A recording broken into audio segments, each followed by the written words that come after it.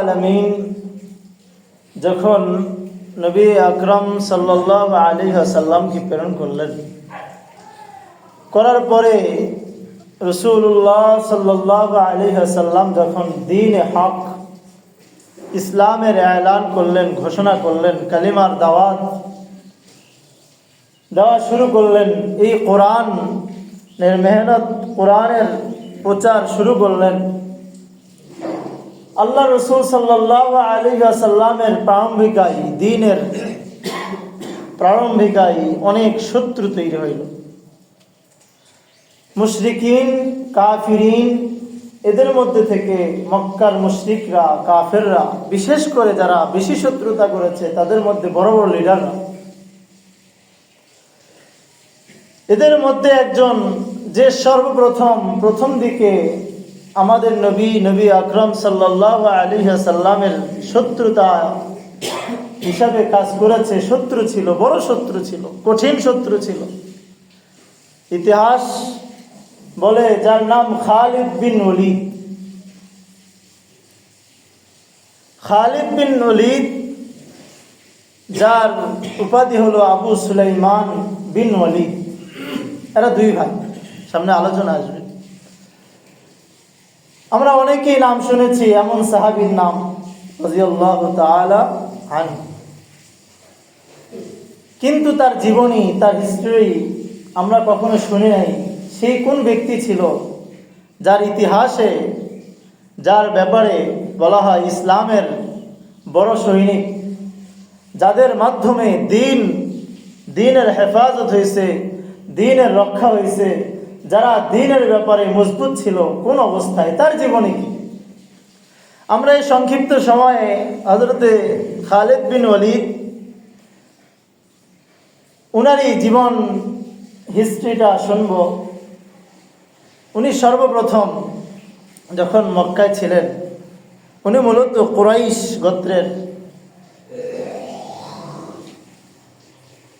গোত্রের একজন বড় লিডার পর্যায়ের এক ব্যক্তি, মালদার, সম্পদশালী ব্যক্তি, পাওয়ারফুল ব্যক্তি। আল্লাহ রসুল যখন কালিমার দাওয়াত দেওয়া শুরু করলেন, তখন সবচেয়ে বেশি শত্রুতা করেছে সে হলো কি? খালিদ বিন ওলীদ। যদিও কুরাইশী ছিল, কিন্তু মাখজুমি গোত্রের। তার মক্কার মধ্যে পাওয়ার এমন ছিল, সংক্ষিপ্তভাবে বললে বুঝবো আমরা, তার অবস্থান, কন্ডিশন এমন ছিল যে মক্কায় প্রতি সপ্তাহে, ওই সময়ের অনুযায়ী, বা প্রতি মাসে, বা প্রতি বছরে, ওই সময় বছর ইতিহাসের মধ্যে লেখে, কাবার গিলাফ পরিবর্তন করা হইত। খালিদ বিন ওলীদ, যিনি আবু সুলাইমান, তার ভাষ্য হলো, তার পাওয়ার হলো, পুরা কুরাইশ গোত্রের সমস্ত লিডাররা মিলে, সবাই মিলে 1 বছর নতুনভাবে গিলাফ পরিধান পরাইবে, আরেক বছর আমি একাই পরাবো। পাওয়ার ছিল কিনা? বড় সম্পদশালী ছিল, অনেক বাগান ছিল, আঙ্গুরের বাগান। তার চাকর, গোলামের অভাব ছিল না। এমন একজন ব্যক্তি আল্লাহ রসুলের সাথে কিভাবে শত্রুতা করলো, আমি কিতাব থেকে বলছি। হযরতে খালিদ, আল্লাহ রসুল সাল্লাল্লাহু আলাইহি ওয়াসাল্লাম যখন কালিমার দাওয়াত শুরু করলো, সে বলতো যে মুহাম্মাদের চাইতে আমি বেশি হকদার এই নবুয়ত পাওয়া, এই কালামুল্লাহ, এই কিতাব পাওয়া। কোরআন সেটাই বলে, সূরা যুখরুফ 31 নম্বর আয়াতে আল্লাহ তাআলা সেটাই বলে। সেই আয়াতে আমি আপনাদের সামনে পড়েছি। আল্লাহ ওটাই বলেন, ওয়াকালু লাউলা নুজিলা হাযাল কুরআন।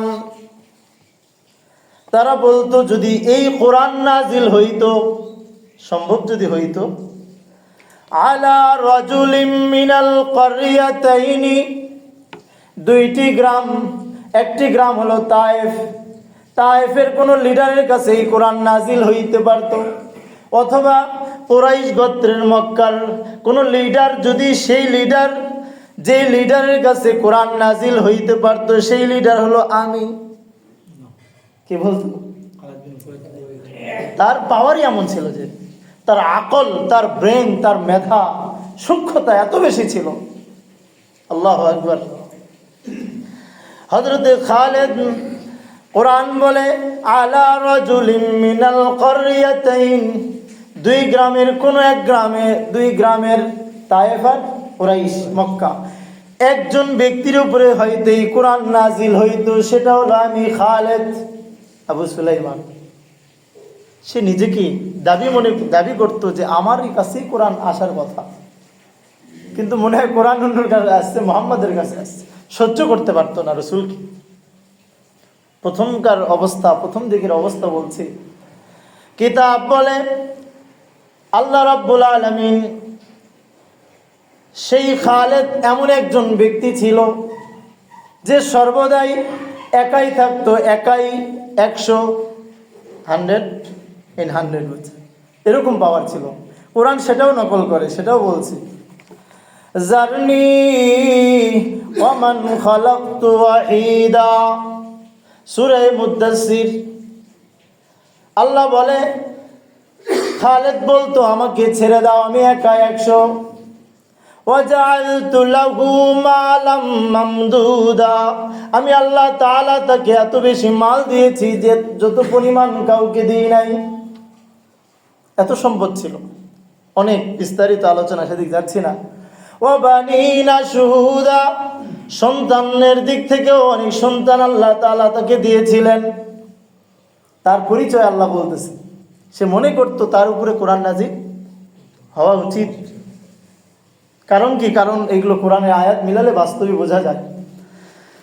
যাই হোক, একদিন আল্লাহ রসুলকে বলতেছে, হে মুহাম্মদ, তুমি তো কালেমার দাওয়াতের ঘোষণা অলরেডি করেই ফেলছো, কি চাও? সম্পদ চাও, বিবি চাও, নারী চাও, কি চাও বলো?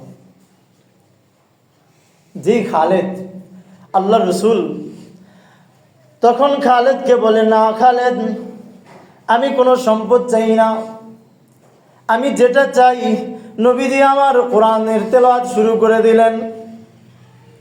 হযরত খালিদ কোরআনের তেলাওয়াত শোনার পরে তার নিজের অবস্থা ঠিক নাই। কওমের কাছে, অধিবাসীর কাছে এসে বলে, ও অধিবাসীরা শোনো, ওয়াল্লাহি, আল্লাহর কসম, লাকাদ সামিআতু মিন মুহাম্মাদিন কালামা, আমি মুহাম্মাদের কাছে যেগুলো কথা কালামুল্লাহ শুনেছি, মা হুয়া কালামুল ইনসি ওয়া মা হুয়া কালামুল জিন, এটা কোনো মানুষের কথা না, এটা কোনো জিন্নাতের কথা না। ইন্না লাহু লাহালাওয়া ওয়া ইন্না লাহু ওয়া ইন্না আলাইহি লাতালাওয়া ওয়া ইন্না আ'লাহু লামুসমিরুন ওয়া ইন্না আসফালাহু লামুগদিকুন ওয়া ইন্নাহু লায়ালু ওয়া লা ইউলা আলাইহি। কোরআন যে মুহাম্মাদের জবান থেকে, লিসানে নবুয়ত থেকে আমি কালাম শুনেছি, এটা ফলদার একটি বাণী, এটার গোড়া মজবুত, এটা এমন শক্তি, পাওয়ারফুল, যেটাকে আমি আল্লাহর কসম করে বলছি, এটা কোনো মানুষ বা জিন্নাতের কথা না। এই খালিদই বলছিল। তারপরেও তো সে ইসলাম গ্রহণ করেনি। প্রথমকার অবস্থা কি হয়েছিল তারই কথা, ওমা হুয়া কাউলুল বাশার, এটা কোনো মানুষের কথা হতে, কোরআন কোনো সময় মানুষের কথা হতে পারে না। এটা কারি বক্তব্য? একটু তার জীবনী শুনছি আমরা, একটু বোঝার চেষ্টা করি। পুরা জিন্দেগি, এমন হাস্তির জিন্দেগি দরকার। আল্লাহু আকবার। কোরআন বলে ইউখরিজুল হাইয়া মিনাল মাইত, ও খালিদ, তুমি তো ইসলাম গ্রহণ করছো না, কিন্তু আল্লাহর ওয়াদা, আল্লাহ কখনো মৃত্যু থেকে জিন্দাকে বের করেন। কি বলেন? যেমনি ভাবে হযরতে নূহ আলাইহিস সালাতু ওয়াস সালাম, মুওয়াহিদ আযম, একজন নবী, তার সন্তান কেনান, কি বলেন, আবার আরেক দিকে আল্লাহ রাব্বুল আলামিন মৃত্যু থেকে জিন্দা বের করেন হযরতে ইব্রাহিম খলিলুল্লাহর পিতা হলো একজন মূর্তি বিক্রেতা আজর। আল্লাহর উসুল, মূলনীতি হলো, আল্লাহ যদি চান মৃত্যু থেকে জিন্দা করতে পারেন, বের করতে পারেন। ও খালিদ, আল্লাহ যদি তোমার কপালে কোরআন কালামুল্লাহ শোনার পরেও যদি তুমি ইসলাম গ্রহণ না করো, কোনো সমস্যা নাই। আল্লাহ যদি চান তোমাকে আবার জিন্দা করবেন ইসলাম দ্বারা।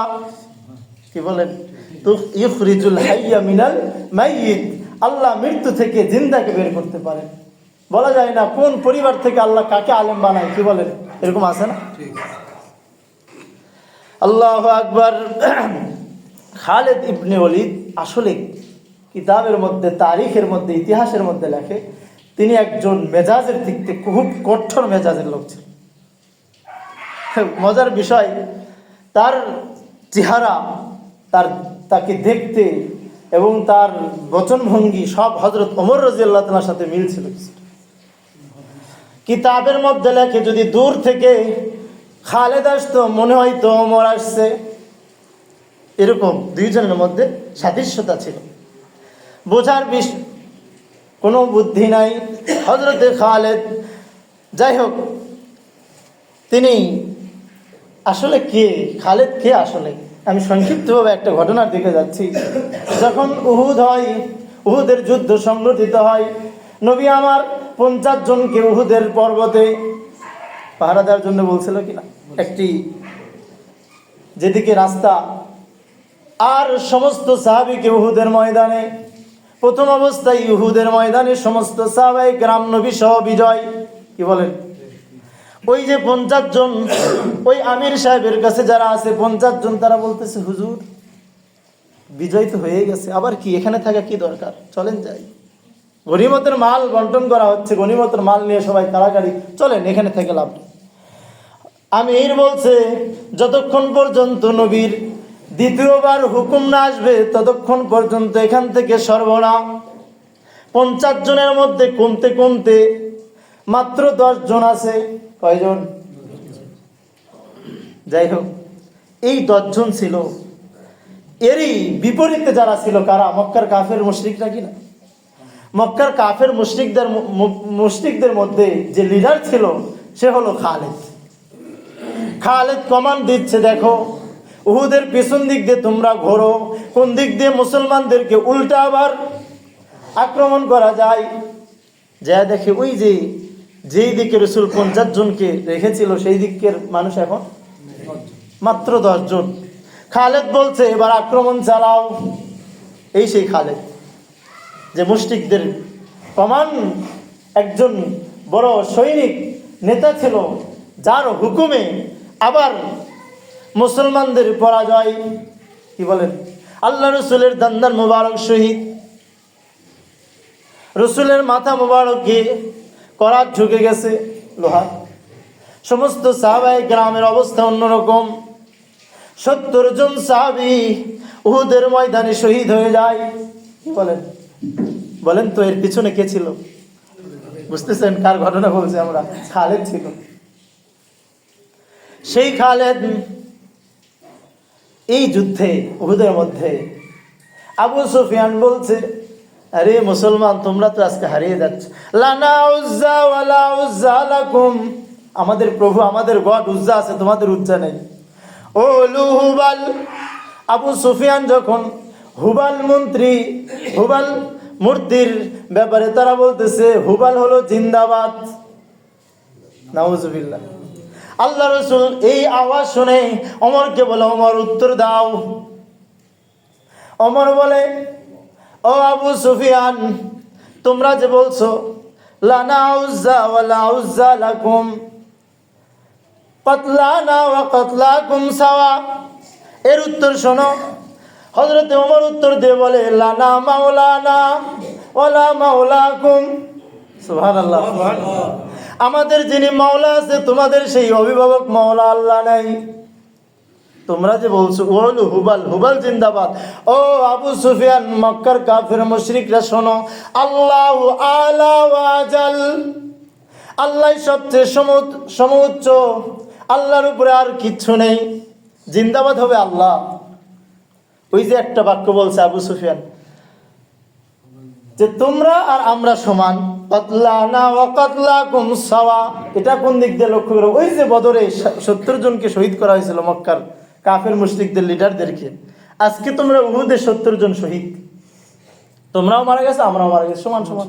কি বলেন? হযরত ওমর এর জবাব দিয়ে বলে, না না, কাতলাকুম ফিন্নারি ওয়া কাতলানা ফিল জান্নাহ। তোমাদের যারা মারা গেছে তারা জাহান্নামী, আমাদের যারা মারা গেছে তারা জান্নাতি শহীদ। কিভাবে সমান হতে পারে? যাই হোক, এটার মেন কে ছিল বলেন? খালেদ। এখনো ইসলাম গ্রহণ করে নাই, সামনের দিকে যাচ্ছি। এরই এক ভাই ছিল, তার নাম হলো ওয়ালিদ ইবনে ওয়ালিদ। খালেদ বিন ওয়ালিদ মানে ওয়ালিদের সন্তান খালেদ। আগেকার আরবের রীতি ছিল, তারা তাদের দাদার নামে আবার সন্তানের নাম, মানে সন্তান তার সন্তানের নাম রাখতো, অর্থাৎ লাতিন নাম রাখতো। আবার কেউ পিতার নামেও সন্তানের নাম রাখতো। তার এক ভাই ছিল ওয়ালিদ, এ আগে থেকে ইসলাম গ্রহণ করছে। নাম কি? আরেকজনের নাম খালিদ। যার ব্যাপারে আমরা জানি ইসলামের বড় সিপাহ সেলার সৈনিক হলো খালিদ বিন ওয়ালিদ। আমরা শুনি না, তার জীবনী শুনছি। যাই হোক, এই ব্যক্তির ভাই হযরত ওয়ালিদ, ইনি অনেক আগে থেকে ইসলাম গ্রহণ করেছে, কিন্তু শত্রুতা তো চলতেই আছে। কি বলেন? খালেদ রসুলের সাথে, ইসলামের সাথে, ইসলামের দুশমন হিসাবে খালেদ একজন বড় একজন শত্রু। কি বলেন? উহুদের ইসলামের মধ্যে 70 জনকে শহীদ করাইছে যার হুকুমে, তার নামই তো খালেদ না। কি বললাম? তাহলে খালেদ কত বড় শত্রু বলেন? ওই যে বললাম, তার মেজাজ খুব কঠোর মেজাজ, দেখতে অমরের মতো। যাই হোক, এভাবে চলতে চলতে 6ষ্ঠ হিজরি আল্লাহ রসুল মদিনা থেকে 1400-1500 সাহাবায়ে কেরামকে উমরা করার লক্ষ্যে চলে গেলেন উমরা করার জন্য। যেখানে যাওয়ার পরে তারা উমরা করতে দিবে না মক্কার অধিবাসী। যাই হোক, সেখানে রসুল সাল্লাল্লাহু আলাইহি ওয়াসাল্লাম 1400-1500 সাহাবায়ে কেরাম সাধারণভাবে যেভাবে আসে সেভাবে আসে, কোনো যুদ্ধ সামানা নিয়ে আসে নাই। সাধারণভাবে একটা নিয়ামের মধ্যে, অর্থাৎ খাপযুক্ত, সবার কাছে তলোয়ার থাকতো, সেটাই শুধু আছে। আল্লাহ রসুল সাল্লাল্লাহু আলাইহি ওয়াসাল্লাম যখন 1400 সাহাবায়ে কেরামকে নিয়ে উমরা করতে পারলেন না, তখন তাদের মাঝে পরামর্শ হচ্ছে পরের বছর আমরা আসব। এই সময় খালেদ বলে, আল্লাহর কসম, আমি ওই সময় দায়িত্বে ছিলাম যে মুসলমানরা কোনো হাঙ্গামা করে কিনা। খালেদ বলে, আল্লাহর কসম, মুহাম্মাদের উপরে এত বড় দুশমনী শত্রুতা আমার ছিল, আমি এই চান্সে ছিলাম যদি মুহাম্মদকে সুযোগ পাই কতল করে দিব। খালেদ বলে, তার জবানের কথা। পরের বছর আসলো, পরের বছর রসুল উমরার জন্য আবার 1400-1500 সাহাবায়ে কেরামকে উমরা করার জন্য আসলেন। সন্ধি এগুলো উমরার বিষয়ে যাচ্ছি না। আসার পরে আল্লাহ রসুল ডাক দিয়ে বলে, ও ওয়ালিদ। ওয়ালিদকে? খালেদের। কই খালেদকে তো দেখছি না। খালেদকে আমরা উমরা করতে আসছি, দেখছি না তো। শত্রু হলে, মুশরিক হলে তো দেখতে পাবো। আওয়াজ আসলো যে খালেদ তার নিজের, খালেদ বলতেছে, আমি থাকা অবস্থায় আমি দেখব, আর মুহাম্মদ তার সৈন্যকে নিয়ে, সাথীদেরকে নিয়ে তোয়াফ করবে, মক্কায় আসবে, এটা আমি খালেদ সহ্য করতে পারবো না। তার ইগুতে বাধা দিছে, এই জন্য খালেদ সরে গেছে। আল্লাহ রসুল ডাক দিয়ে বলে, ও খালেদ, তোমার ব্রেন যেমন আল্লাহ দিয়েছেন, তুমি বড় হিকমতওয়ালা, কিন্তু আমার নবী মুহাম্মদুর রাসূলুল্লাহ বড় হিকমতওয়ালা, যার হিকমত হলো পাহাড় সমতুল্য। কি বলেন? পাথর সমতুল্য। আল্লাহ রসুল হিকমতে ওয়ালিদকে এবং সম্বোধন করে বলছে, ডাইরেক্ট কথা বলে নাই যে খালিদের কাছে আমার বাণীটা পৌঁছে, এভাবে বলেনি। বলছে খালিদ যেই ধরনের লোক, তার যে মেধা, তাকে তো ইসলাম থেকে দূরে সরানোর বিষয় নয়। তার আকল, তার মেধা, তার চৌকন্যতা কখনোই তাকে ইসলাম থেকে সরাইতে পারে না। আল্লাহ রসুল ওয়ালিদকে বলে, ওয়ালিদ, যা একটা চিঠি নিয়ে আসো, খত নিয়ে আসো। আল্লাহ রসুল তার ব্যাপারে কিছু কথা লিখে দিলেন এমন ধরনের। সেই খত খালিদের কাছে পৌঁছানো হলো, চিঠি। খালিদ যখন রাসূলুল্লাহর সেই চিঠি দেখে, চিঠি পড়ছে আর মুস্কি মুস্কি হাসতেছে। সুবহানাল্লাহ বলেন। মুস্কি মুস্কি হাসতেছে রাসূলের সেই কথাগুলো শুনে। অনেক কথা, ওগুলো কথার দিকে যাব না। যাই হোক, এবার খালিদ চিন্তা করলো, দেখি মদিনায় যাই, আর ভালো লাগছে না। রসুলের ওই যে কথা, খালিদ বললো একাই তো যাবো না, কাকে নিয়ে যাই? এক বন্ধুর কাছে গেছে, বন্ধুর নাম হলো সফওয়ান বিন উমাইয়া। বলছে চলো মদিনায় যাই। কই এত বড় কথা? আমার পিতা, আমার সন্তানকে বদরে শহীদ করা হয়েছে, আমি সফওয়ান ইবনে উমাইয়া যদি সবাই ইসলাম গ্রহণ করে, আমি একাই আমার ধর্ম ত্যাগ করব। সফওয়ান ইবনে উমাইয়াও পরবর্তীতে ইসলাম গ্রহণ করেছে। এরপর আরেক বন্ধুর কাছে, বন্ধুর নাম হলো ইকরামা ইবনে আবি জেহেল, তার সন্তান, আবু জেহেলের সন্তান, এও পরে ইসলাম গ্রহণ করছে। সে বলছে কখনো হতে পারে না, এটা হতে পারে না। যাই হোক, এবার খালিদ আরেক বন্ধুর কাছে, সেই বন্ধুর নাম হলো ওসমান ইবনে আবি তালহা। আল্লাহু আকবার। ওসমান ইবনে আবি তালহাকে বলছে চলো ভাই মদিনায় যাই। বলছে আমি তো মনে মনে ওটাই ভাবতেছিলাম, যদি কোনো সাথী ভাই তাহলে মদিনায় যাবো, একাই তো অনেক দূরের রাস্তা, 500 কিলোমিটার, কিভাবে সম্ভব? হযরত ওসমান ইবনে আবি তালহাকে নিয়ে বলছে শেষ রাত্রিতে মক্কার অমুক স্থানে থাকবা, আমরা দুইজন লুকিয়ে যাব, কারণ প্রকাশ্য তার যেতে পারবে না। কি বলেন? লিডার এতদিন রসুলকে মারার জন্য কি বললো, আমি যদি সুযোগ পাইতাম মুহাম্মদকে কতল করতাম। কার কথা? খালিদের কথা। কিন্তু রসুলের চিঠিটাই কি হয়েছে তার জন্য? ওসমান ইবনে তালহাকে নিয়ে, ওসমান ইবনে আবি তালহাকে নিয়ে এবার খালিদ বিন ওয়ালিদ মক্কা ছাড়ছে, মদিনার উদ্দেশ্যে রওনা দিচ্ছে। এমন অবস্থায় আরেকজন তাদের সাথে হাবশা থেকে আসতেছে, সুবহানাল্লাহ বলেন, যার নাম হলো আমর ইবনে আব্দুল আস। বলছে কোথায় যাও? কই বন্ধু আমরা তো মদিনায় যাই। কই আমারও তো ইচ্ছা আছে মদিনায় যাওয়ার। সুবহানাল্লাহ। তাহলে চলো, আর দেরি কিসের? কয়জন সাথী হলো? 3 জন সাথী হলো। 3 জন রওনা দিছে কোন দিকে? মদিনার দিকে। খবর পৌঁছে রসুলের কাছে, খালিদ তার 2 জন সাথীকে নিয়ে আসতেছে। ওলীদ তার ভাই আরো খুশি। আল্লাহ রসুল সম্বোধন করার জন্য, স্বাগত জানানোর জন্য রসুল খুশি। খালিদ আসতেছে। খালিদকে রসুল অনেক দূর থেকে দেখছে। কিতাবের মধ্যে লেখে খালিদকে দেখতেছে রসুল, আর রসুলের অন্তরে মুসকে মুসকে হাসতেছে।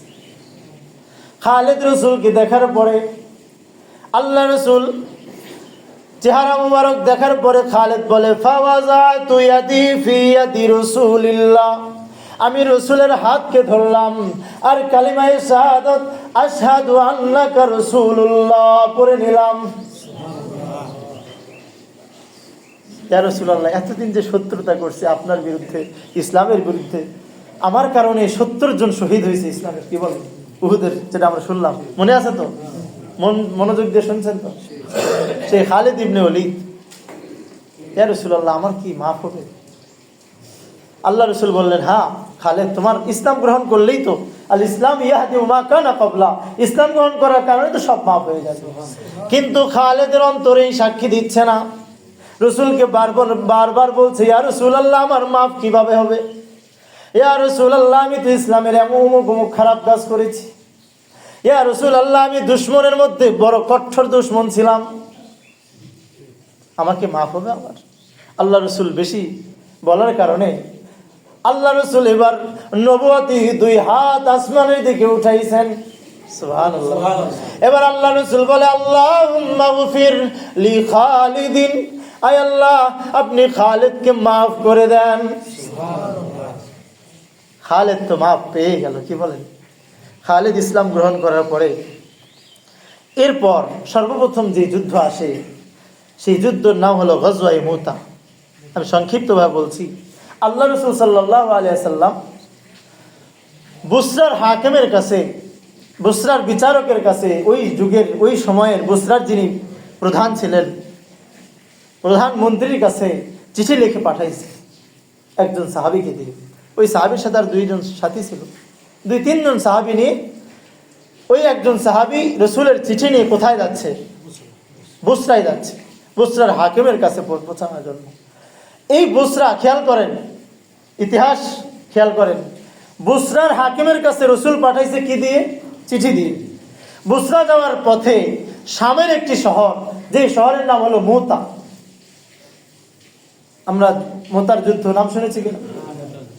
সেই মুতা শহর হলো শামের একটি স্থান, একটি শহরের না, একটি নগরের নাম। সেখানে যাওয়ার পরে ওই মুতার ওই সময়ের যেই প্রধান ছিল, সে কোনোভাবে খবর পাইছে শেষ নবী মুহাম্মদের কোনো সাহাবীরা, কয়েকজন সাথীরা এখানে আসছে। যখনই খবর পাইছে, ও অর্ডার করছে তাদেরকে আটকাও, তাদেরকে বাঁধো।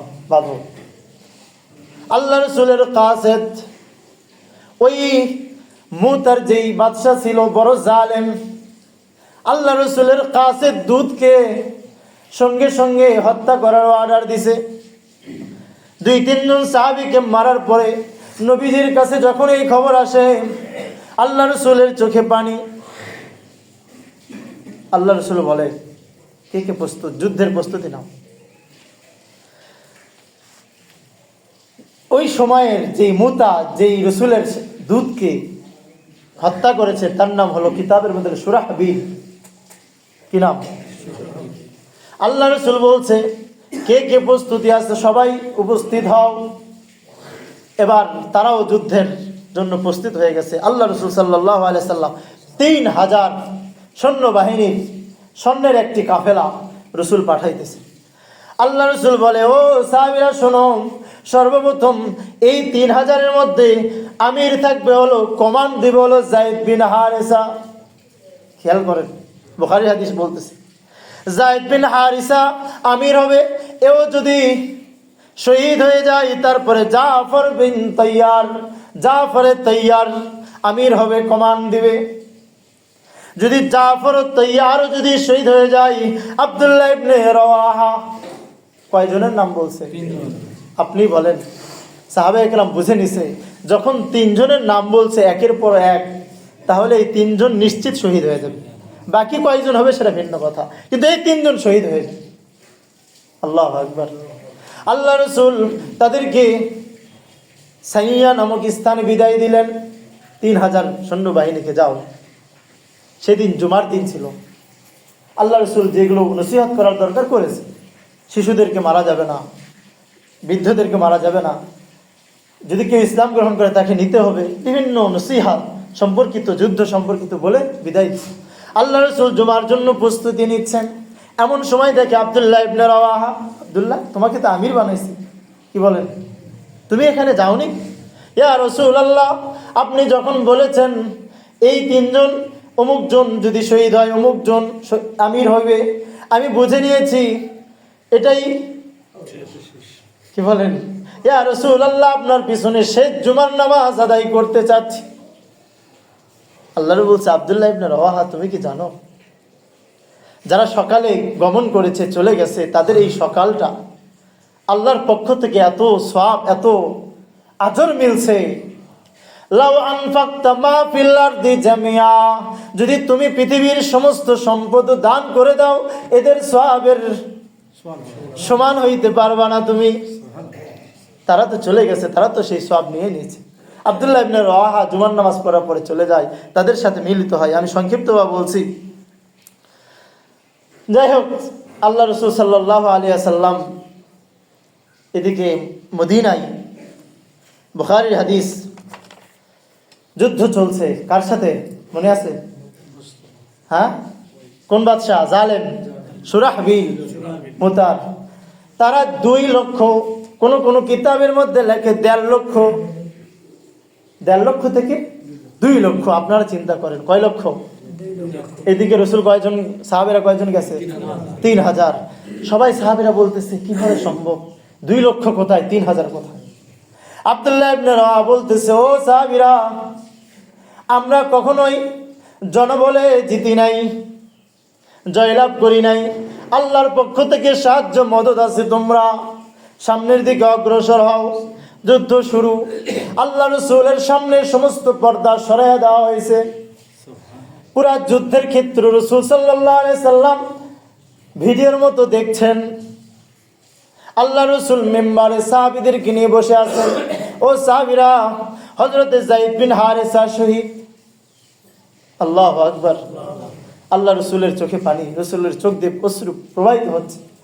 কিছুক্ষণ পর ডাক দিয়ে বলে, পরের সাহাবী হযরতে জাফরে তৈয়ার শহীদ। আল্লাহু আকবার বলে রাসূল কিছুক্ষণ পরে বলে আব্দুল্লাহ ইবনে রাওয়াহ শহীদ। এবার রাসূল ডাক দিয়ে বলে, ও সাহাবীরা, এবার তোমরা 3000 সাহাবীর মধ্যে যাকে তোমরা পছন্দ করো তাকে তোমরা আমির কমান্ড হিসাবে নিযুক্ত করো। এরপরে সমস্ত 3000-এর জবান থেকে একটা কথাই আসলো, আমরা এখন খালিদ বিন ওয়ালিদকে আমির হিসাবে নিযুক্ত করব। সুবহানাল্লাহ, আসতে বলেন মিয়া। এই সেই খালিদ বিন ওয়ালিদ। আল্লাহ রাসূল মেম্বারে, মদিনার মেম্বারে সাহাবীদেরকে নিয়ে বলতেছে, ও সাহাবীরা, এবার আমার সাহাবী 3000 সাহাবীর আমির হলো সাইফুম মিন সুয়ুফিল্লাহ, আল্লাহর তরবারি। সুবহানাল্লাহ। আল্লাহ রাসূল নাম নেন নাই, কি বলছেন? আল্লাহর তরবারি। আল্লাহর তরবারি কোন সময় ভাঙবে? হযরতে খালিদ বলেন, আমি যুদ্ধ করতে করতে আমার এক হাতে ঝান্ডা, ইসলামের কালিমার ঝান্ডা, আমার হাত দিয়ে একটা নয়, দুইটা নয়, 9টা তলোয়ার টুকরো টুকরো হয়ে গেছে, তারপরেও আমার হাত থেকে ঝান্ডা নড়ে নাই। এরপরে আল্লাহ রাসূল সাল্লাল্লাহু আলাইহি সাল্লাম আল্লাহর তরবারি হাতে যখন আসছে, আল্লাহর তরবারি যখন খালিদ হয়েছে আমি, তখন সকল সাহাবীদেরকে সেইভাবে নিয়ে জয়লাভ করে সেখান থেকে বিদায় নিয়ে আসে। আল্লাহ রাসূল ইস্তেকবাল, স্বাগত জানার জন্য সেই সানিয়া নামক স্থানে আসছে, যেখানে আরবদের রীতি অনুযায়ী বিদায় জানানো হইতো। আল্লাহু আকবার। সেই খালিদ বিন ওয়ালিদ তাকরিবান আনুমানিক 16 বছর। কত বছর? তিনি যেই যুদ্ধে গেছে সেই যুদ্ধে জয়লাভ ছাড়া আর কোনো কথা ছিল না। যখন বিপক্ষরা শুনতো, মুশরিকরা শুনতো, এই তোমরা যে ইসলামের মুসলমানের যুদ্ধ নিয়ে আসছো, তোমাদের আমিরকে, কমানকে, যখনই শুনতো খালিদ বিন ওয়ালিদ, তখন আগে ভাগাইত। যখনই শুনতো কি খালিদ বিন ওয়ালিদ, তখন ভেগে যেত। 16 বছর পর্যন্ত তিনি আল্লাহর তরবারি হয়ে প্রতিটি যুদ্ধে ইসলামের জয়লাভ নিয়ে আসছে। যুদ্ধ চলতেছে হযরতে খলিফার জামানায়, হযরতে ওমরের জামানায়। হযরতে খালিদ রাদিয়াল্লাহু তাআলা আনহুর কাছে যুদ্ধ অবস্থায় চিঠি আসে, যে চিঠিতে লেখা আছে, এখন থেকে আপনি আর কমান হিসাবে, আমির হিসাবে নিযুক্ত নয়, এখন আপনি সাধারণ একজন সিপাহসালার সৈনিক। হযরত খালিদ বলে, ওমরের এমন চিঠি পাওয়ার সঙ্গে সঙ্গে আমি সাধারণ সিপাহসালার সৈনিকের খাতায় নাম লিখে দিলাম। কেমন অনুগত্য! সুবহানাল্লাহ। তিনি একজন বড় লিডার ছিল, কমান ছিল। তিনাকে যখন হুকুম আসছে খলিফার পক্ষ থেকে, সকল মানুষ বলতেছে এটা ওমর রাদিয়াল্লাহু তাআলা, আল্লাহ ভালো জানে কি তার জেহেনে আছে। হযরতে খালিদ বলে, আল্লাহর কসম, আমি যেমনি ভাবে আমির থাকা অবস্থায় আল্লাহর দ্বীনের জন্য জিহাদ করেছি, তরবারি হয়ে জিহাদ করেছি, তেমনি ভাবে একজন সাধারণ সৈনিক হয়েও আমি আল্লাহর দ্বীনের জন্য 1 কিঞ্চিত পরিমাণ কমও করি নাই। এই ছিল খালিদ বিন ওয়ালিদ। আমরা তো তার জীবনী শিখবো, কি বলেন? আমরা তার জীবনী পড়ব। আল্লাহু আকবার। কথা শেষ। হযরত খালিদ বিন ওয়ালিদের জীবনী আমরা শুনলাম। তিনি আর মৃত্যুর সময় আসছে। কিসের সময়? আপনি বলেন, আল্লাহর তরবারি কেউ ভাঙতে পারে? যদি আল্লাহ চান তখন আল্লাহ কি করতে পারেন? ওনার তামান্না ছিল, আশা ছিল তিনি শহীদ অবস্থায় মারা যাবেন, কিন্তু তিনি তার বিছানায় মারা গেছেন। কারণ কিতাবের মধ্যে লেখে, হযরত খালিদ রাদিয়াল্লাহু তাআলা আল্লাহর পক্ষ থেকে একজন তরবারি, আল্লাহর তরবারি। এই তরবারিকে কেউ ভাঙতে পারবে না। এই জন্য তাকে কেউ কোনো যুদ্ধের ময়দানে শাহাদত করতে পারেনি। যখন আল্লাহ চাইছেন, তার তো একটা নির্ধারিত মেয়াদ আছে দুনিয়ায় থাকার, যখন চাইছেন আল্লাহ নিজেই ভেঙে দিয়েছেন। আজ তো আমরা যেই কৃষ্টি কালচার শিখছি সেটা হলো গেম, কি বলেন? আজকে আমাদের বাচ্চারা, আমরাও ইসলামের যে সকল হাস্তি ছিল, যে সকল ব্যক্তি ছিল, তাদের জীবনী পড়া ছাড়া আজকে আমাদের উপরে, আমাদের ঘরে আমরা ইস্কনদেরকে লালন পালন করছি। আফসোস লাগে, কি বলেন? মুসলিম হয়ে, মুসলমান কালিমা পড়ে আজকে মুনাফিক হয়ে আমরা জীবন যাপন করছি। আল্লাহ হেফাজত করেন। আমরা সবাই আজকে, আপনি বলেন, কে আমরা মুনাফিক না? কেউ বলতে পারবো না যে আমরা নেফাকের থেকে নাই, খালি আছি। কে বলতে পারবো? আমিও বলতে পারবো। আজকে আমরা সর্বাবস্থায় মুনাফিক অবস্থায় আছি। আল্লাহ আমাদেরকে হেফাজত করেন। আজকে যেদিকে তাকান সেদিকে ইসলাম থেকে মুক্ত। খালি আমরা ইসলামের শত্রুরা আজকে আমাদের ঘাড়ে বসে থেকে আমাদেরকে শাসন করছে। আমাদের ঘাড়ে বসে আজকে আমাদের প্লেটে খানা খাচ্ছে। আমরা তাদেরকে ঘরে বসবাসের জায়গা দিচ্ছি, আমরা পকেটে নিয়ে ঘুরছি। আজকে আমাদের বাচ্চাদেরকে দিয়ে দিয়েছি মোবাইল, দিয়ে দিয়েছি গেম খেলো বাবা। আমরাও গেমে আসক্ত, মোবাইলে আসক্ত। এই সকল ব্যক্তিদের জীবনী পড়া থেকে আমরা দূরে আসছি। ইসলাম এমনি আসে নাই। ইসলাম কিভাবে আসছিল? কিয়ামত পর্যন্ত ইসলাম আসার জন্য আমার আপনার ওইরকম খালিদ বিন ওলীদের মতো হইতে হবে। আমাদের পরবর্তীকেও সেরকম বানাইতে হবে। আল্লাহ তাআলা যা শুনলাম, হযরতে খালিদ বলে মৃত্যুর সময় কথা শেষ, আমার শরীরের যিনি 16 বছর ধরে যুদ্ধ করছে, বোঝে, যার হাতে সর্বপ্রথম ইসলামের মুতা যুদ্ধে 9টি তলোয়ার ভাঙছে, সে বলে আমার শরীরের কোনো অংশ ছিল না যেই অংশে তলোয়ারের আঘাত পড়ে নাই। এমন কোনো স্থান ছিল না যেই স্থানে তলোয়ারের ছাপ নাই, সেটা মৃত্যুর সময় সে দেখে দিয়েছে। আল্লাহ তাআলা আমাদেরকেও সৈনিক হয়ে, দিনের বড় মুজাহিদ হয়ে, দিনের সৈনিক হয়ে, আজকে আমাদের মাঝে ইসকন বসবাস করে, আজকে আমাদের মাঝে আমেরিকার দোসররা বসবাস করে, ইহুদিদের চালারা বসবাস করে, আমরা তাদেরকে পুষতেছি। আমাদের তো নলেজও নেই যে আমরা কোনটা ইহুদি খ্রিস্টানদের তাদের খাপ্পরে, তাদের কৃষ্টি কালচার, সেগুলোকে আমরা ভক্ষণ করছি, সেগুলোকে খাচ্ছি, সেগুলো অনুযায়ী চলছি। পোশাক থেকে শুরু করে, আমাদের আফসোস লাগে আমরা মুসলিম হয়ে আমাদের চুল থেকে শুরু করি, আমাদের পায়ের তালু পর্যন্ত আজকে আমরা ইহুদি খ্রিস্টানদের দালালি করছি। আপনি বলেন, আমরা চুলের কয়জন সুন্নতি অনুযায়ী চুল রাখি? কয়জন আমাদের লেবাসকে সুন্নতি লেবাস রাখছি? কয়জন আমাদের টাকনোর উপরে কাপড় পরি? আমাদের শরীরের মধ্যেই তো ইহুদি খ্রিস্টানদের কৃষ্টি আছে। আমি যে বললাম মুনাফিক থেকে কেউ খালি না, কি বলেন? বুঝে আসছে? আল্লাহ হেফাজত করেন। আল্লাহ রাব্বুল আলামিন বুঝে খালিদ বিন ওলীদের মতো আমাদের সকলকে কবুল করুক। সকলে যারা সুন্নত বাইনে পড়ে নিন।